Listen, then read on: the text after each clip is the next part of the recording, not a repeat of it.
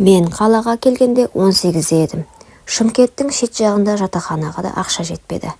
Оқу грантқа түскенмен мәз болып жүредім. Бірақ шәкіртақы дегенің түкке жетпейді екен.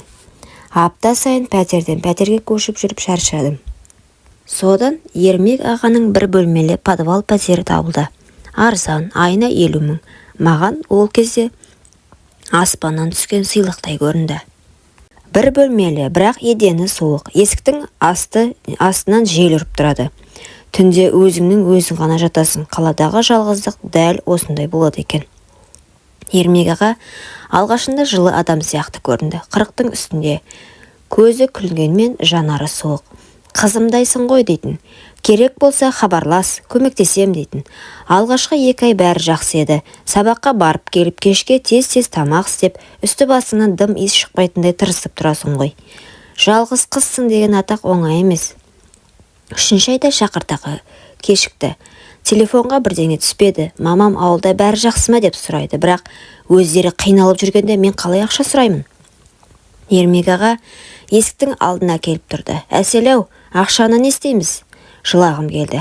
Аға, тағы 2 апта күтіңізші, жұмысқа кіріп алайын. Ол менің бетіме ұзақ қарады. Біртүрлі жымиып, жұмыс іздеймін деп қайда барасың? Ақшаның басқа жолы да бар ғой. Жүрегім зу ете қалды. Қандай жол? Ол қолын иығыма қойды. Сен сұлу қызсың ғой, мен еркекпін. Екеуміз келіссек еш зияны жоқ. Сол сәтте менің ішімнен әлдебір үміт, әлдебір сенім құлап түсті. Мен қаштым, құрбыма бардым. Үйіңе кіргізші, сәл ғана тұрайын дедім. Құрбымның 2 бауыры бар екен. Әкем ұрсады деді. Ауылға қайтайын десем, масқара. Оқытып жатырмыз деп отырған шешем не дейді? Ақыры өз аяғыммен Ермек ағаның есігін қайта қақтым. Тек бір рет бітсін аға. Ол маған тура жыртқыштай қарады. Жақсы қызсың ғой, екеумізге де жақсы болар еді деді. Түнгі суық пәтер, жаңа төсек жайып берді. Қызымдайсың деген еркек еңкейіп мойныма ерін тигізгенде денем дір ете қалды. Көзімді тарс жұмып алдым. Іштей бітсінші дей бердім. Басында біраз ауырсындым. Тек төсек сықыры өткен сайын өз-өзімнен жеркендім. Ал ол маған тәтті сөздер айта берді. Сен сондай тәп-тәтті қызсың, сен менікісің деді. Сол түннен кейін ол маған аздап ақша берді. Ақшаның орнына деді. Бірақ мен өзімді ақшаға саттым деп ойлағым келмеді. Ермек аға үйге жиі келетін болды. Сол сәттерде мен өзімді жалғыз сезінбедім. Біртүрлі жылылық іздей бастадым. Сөйтіп жүріп ол сеніп қалдым. Ол мені шын жақсы көретін шығар деп ойладым. Бір күні ол жоқ кезде үйін ақтарып жүріп, некелі куәлігінің көшірмесін көріп қалдым. Әйелі бар екен, 3 баласы бар екен. Осы сәтте өзімді көрден шыққандай сезіндім.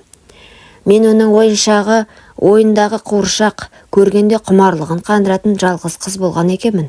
Іштей, мен кіммін өзі, мен не істедім деп шыңғырдым. 1 ай, 2 ай өтті. Әйел адам бәрін сезеді ғой. Ішімде бір дүние бар екенін түсіндім. Дәрігер, құттықтаймыз 2 айлық деді. Басым айналып кетті. Бұл баланы кімге жеткіземін? Қалай жеткіземін? Ермекке бардым. Ол сасқанда жоқ. Маған айтпа, не істесең де өзің шеш деді. Мен ауылға қайттым. Оқу жайына қалды. Ауырып жүрмін, жағдайым болмай кетті дедім. Ауыл іші жылы сөз айтпады. Сол кезде маған бұрыннан көзі түскен бір жуас жігіт бар еді, Нұржан.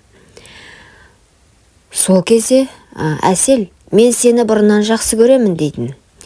Аяғым ауыр екен білген соң Нұржанға тидім. Ол бақыттан бас айналды. Балам, әйелім, отбасым деді. Тек мен ғана. Төсекте оған тәнімді берсем де, жүрегім бос еді. Өйткені мен оны сүймедім.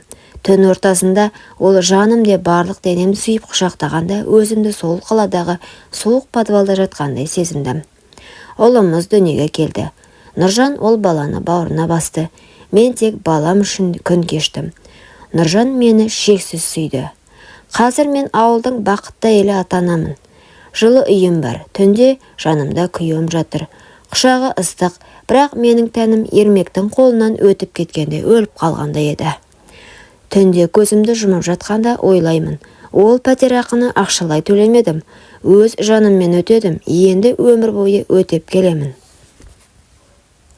Құрметті оқырман, өмірден алынған шынайы оқиғаларды тыңдағыңыз келсе, менің арнама тіркеліп, лайк, комментарий жазып қолдап кетіңіздер. Келесі кездескенше.